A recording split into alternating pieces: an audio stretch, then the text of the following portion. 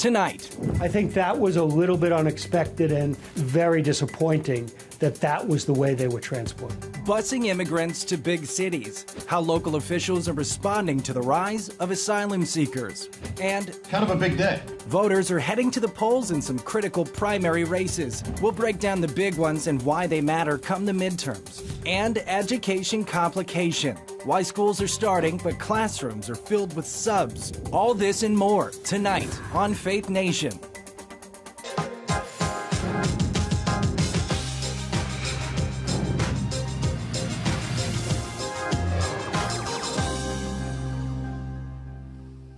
A battle over immigration heads to big cities nowhere near the border.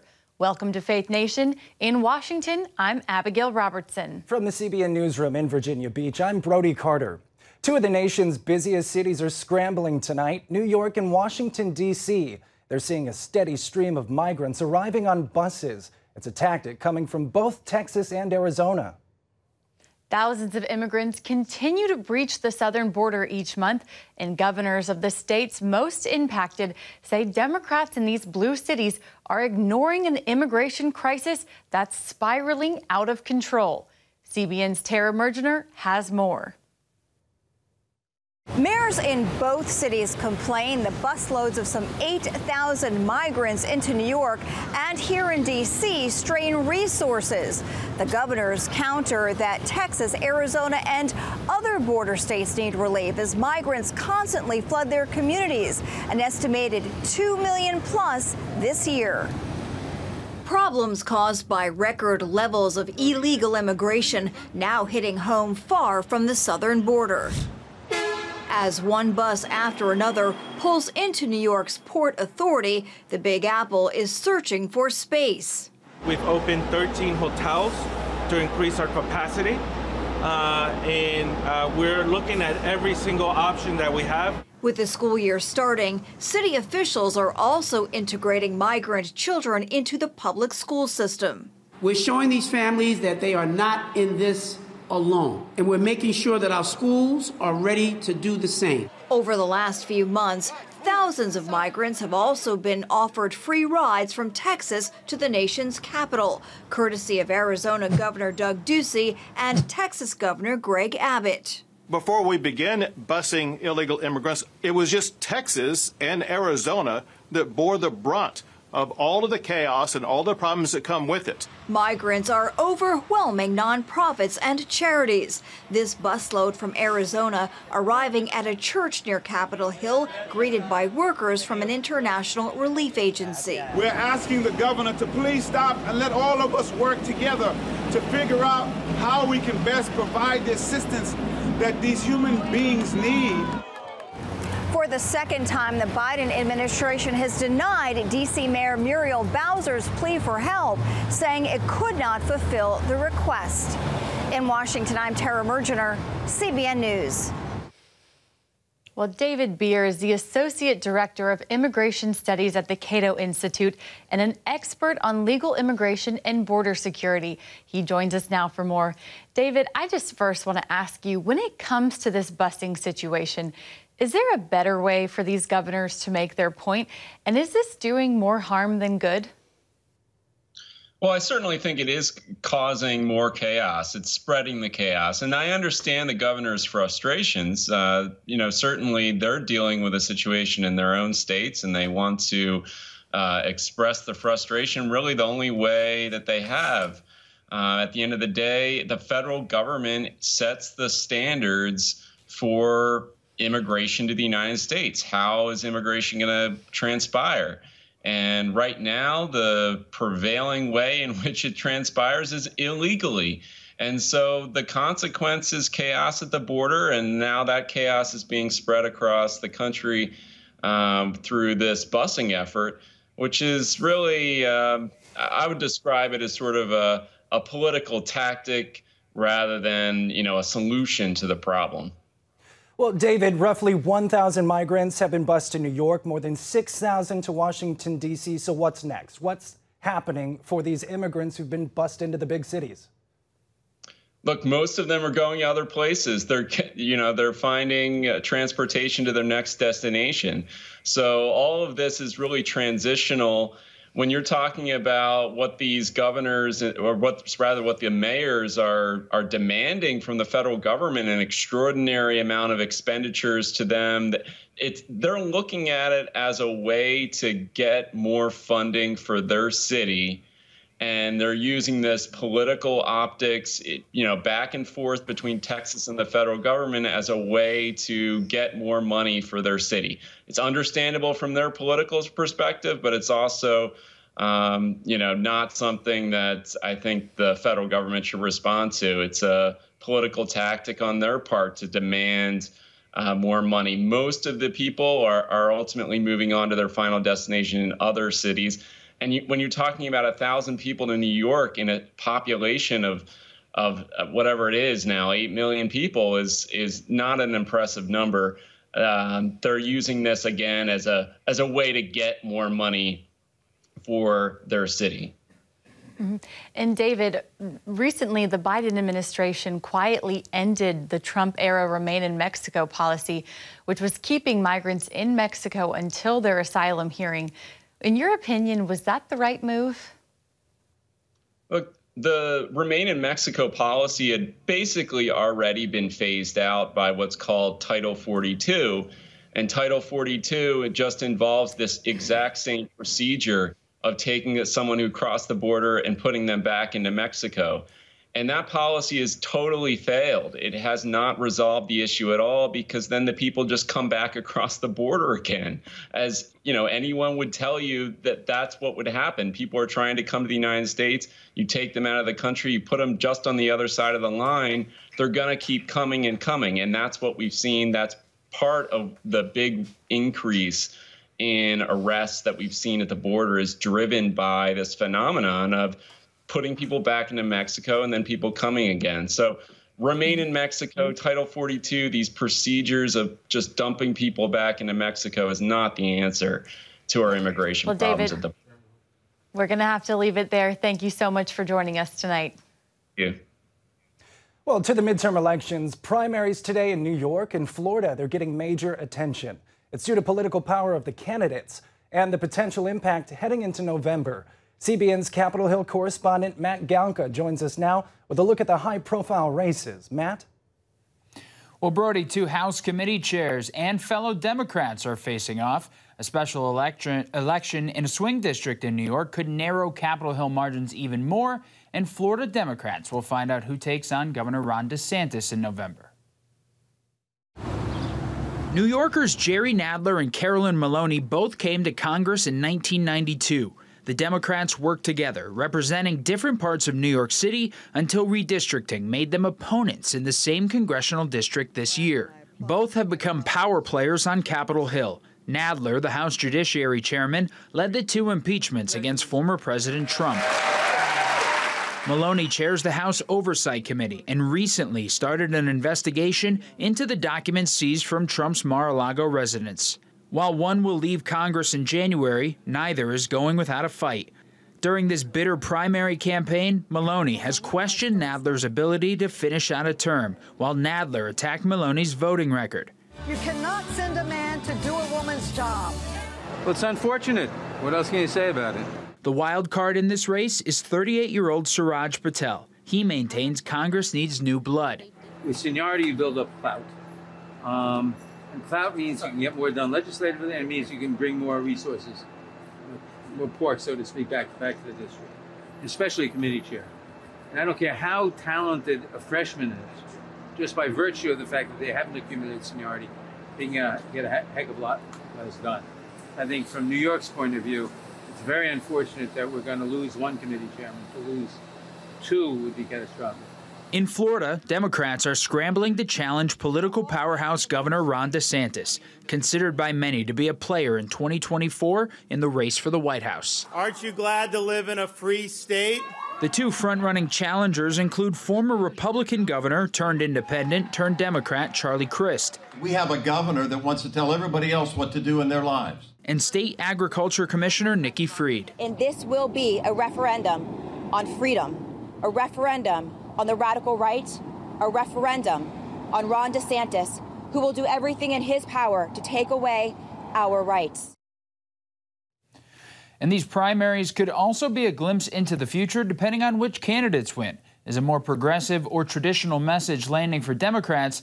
That answer could help shape strategy for both parties heading into the November midterms. Abby? Well, back to school hits a bump in the road. Kids are heading back to the classroom, but teachers aren't. The extraordinary measures some schools are taking after this.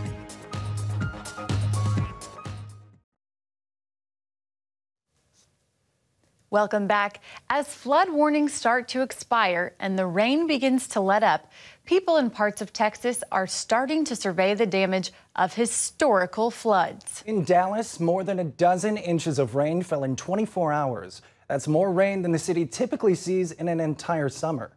Now, the sun should be back out tomorrow, and that storm that's causing all the chaos is moving on. This multi-day tropical rainfall has soaked drought-stricken regions, triggering life-threatening conditions across several states. Floods gripping Arizona and New Mexico, leaving a wake of destruction. This is what it looks like right now. In Duncan County, south of Phoenix, residents anxiously wait for it to stop. We've been up all night looking and seeing how high it would get, Parts of Texas are dealing with what's seen as a 1 in 1,000 year flood event. DFW Airport recorded more than 9 inches of rain, while about 20 miles away in East Dallas, 15 inches flooded streets and homes. This is bad, man. There's people really stuck out here, and the weather ain't no joke. These first responders were seen swimming on I-30, rescuing stranded drivers. Authorities say a body was pulled from the highway after floodwater receded. Days of rain ahead for the southern plains has led to forecasts of flash flooding from southeastern Texas to the lower Mississippi Valley. The widespread event contributed to more than 1,000 flight cancellations Monday, causing major headaches for travelers. The National Weather Service says the Dallas-Fort Worth area was pretty much ground zero for the heaviest rain Monday. Parts of Texas are expecting even more rain tonight. Abby? Well, the pandemic has caused burnout in many professions, but especially in teachers. Underpaid and overworked. A recent Gallup poll finds 52% of educators say they are burnt out. So much so that many are leaving the job. And as Charlene Aaron reports, that's causing school districts to take extreme measures to fill the gap. As the first day of class approaches, thousands of public schools are scrambling to fill vacant teaching positions. The teacher shortage is forcing many districts to make adjustments while offering unique incentives to attract educators. We're still recruiting as much as we can, but needless to say, when we're 3 weeks from the start of school, actually 3 weeks from today will be day 2. When we're 3 weeks from the start of school, it's time to start looking at some Plan B options. Dr. Brian Austin of Chesapeake Public Schools in Virginia says his district is short some 60 teachers. We're seeing more retirements than, frankly, we have incoming new hires. The district looking to substitute teachers to fill the void. We may have some situations where a sub that's subbed for us on a daily basis, we may need to pull some of them in some long-term sub positions. The problem is nationwide, driven by the pandemic, burnout, low pay, and ever-increasing demands. As an elementary principal back in the 90s, I would have 100 to 150 applicants for a kindergarten to second grade position, and I'm currently sitting at 5. As of today, we have 16 teaching openings for the upcoming year. Florida seeing as many as 9,500 open teaching positions just weeks before the start of school. Those leaving the classroom say the decision is hard. I was definitely very emotional about leaving the kids, but I just started to realize that I needed to do it for myself. According to the Economic Policy Institute, the problem only growing worse, predicting a nationwide shortfall of 300,000 teachers by 2024. Desperate school districts are turning to extraordinary measures. Des Moines Public Schools is offering a $50,000 bonus to teachers, nurses, and administrators who are nearing retirement to stay with the district through the 2022-2023 school year. Florida's Department of Education now offers a temporary teaching certificate to military veterans who have not yet earned their bachelor's degree. The Dallas Independent School District setting aside $51 million for salary increases and $52 million for retention bonuses for the new school year. Like many districts, Chesapeake is raising teacher pay. And our starting salary this year is $51,500. That's up from last year's starting salary of $47,150. So we've made teaching salaries a priority, and then also our classified staff had a 14% raise. Chesapeake is also offering teachers the option to work virtually.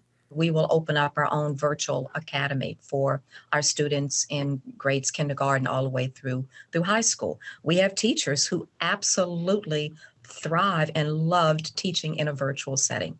Meanwhile, the Department of Education hopes to use money from the American Rescue Plan to help fill vacant teacher positions around the country. Charlene Aaron, CBN News. Has the pandemic put you in a funk? How a leading psychiatrist says you can become 30% happier in just 30 days. That's next.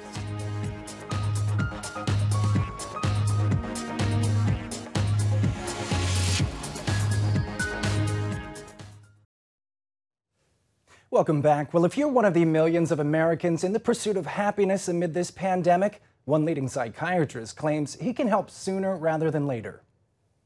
That's right. And as medical reporter Lori Johnson explains why he believes you can be 30% happier in just 30 days. The COVID-19 pandemic sent mental health crises through the roof.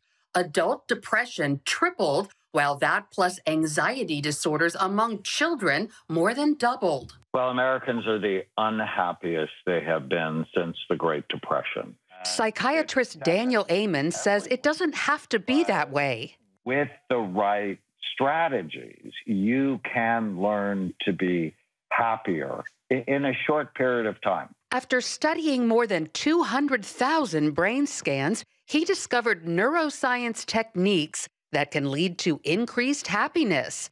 He then tested them on his patients and found an average 32% improvement after 1 month. I was pretty excited about it. And Lori, what most people don't know is happiness is a moral obligation. God put us on the earth to be happier. That if you ask someone who is raised by an unhappy parent or married to an unhappy spouse, whether or not happiness was a moral obligation, I can assure you they would say yes. In his book, You Happier, Dr. Amen prescribes different strategies that could affect 16 personality types.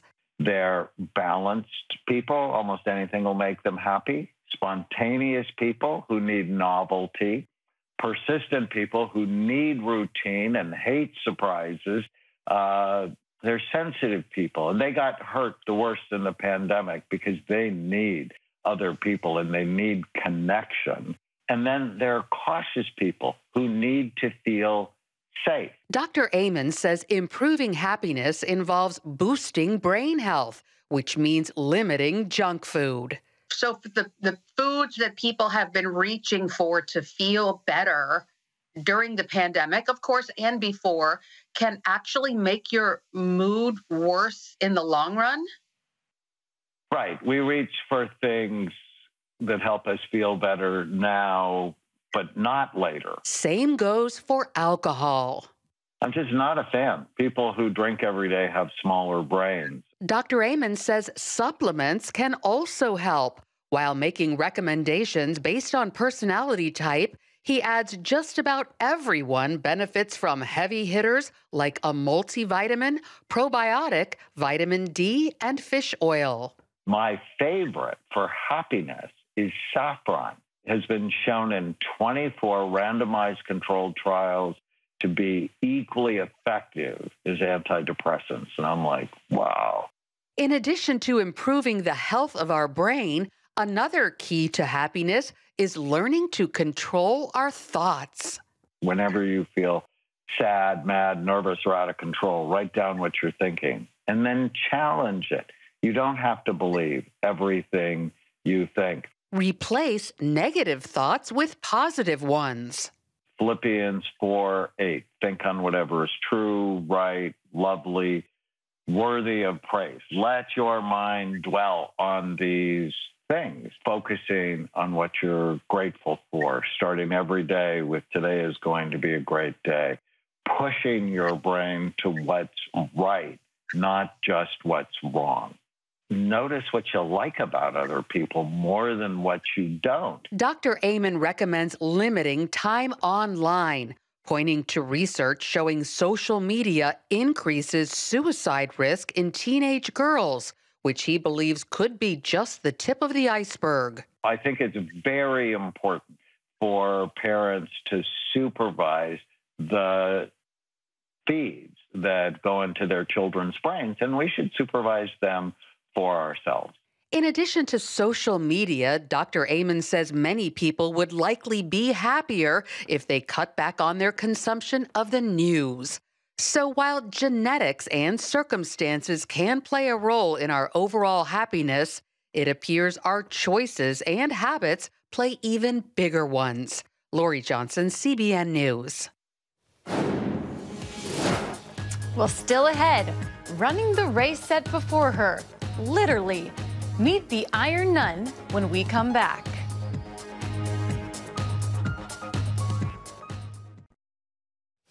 Finally tonight, at 92 years old, most people wouldn't be expected to be very active. But the so-called Iron Nun is not most people.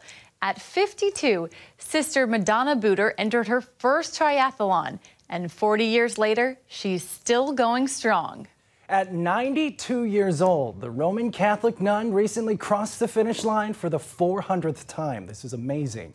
The Iron Nun is certainly a nickname that fits. Sister Madonna, she's completed over 400 races, including 45 Ironmans.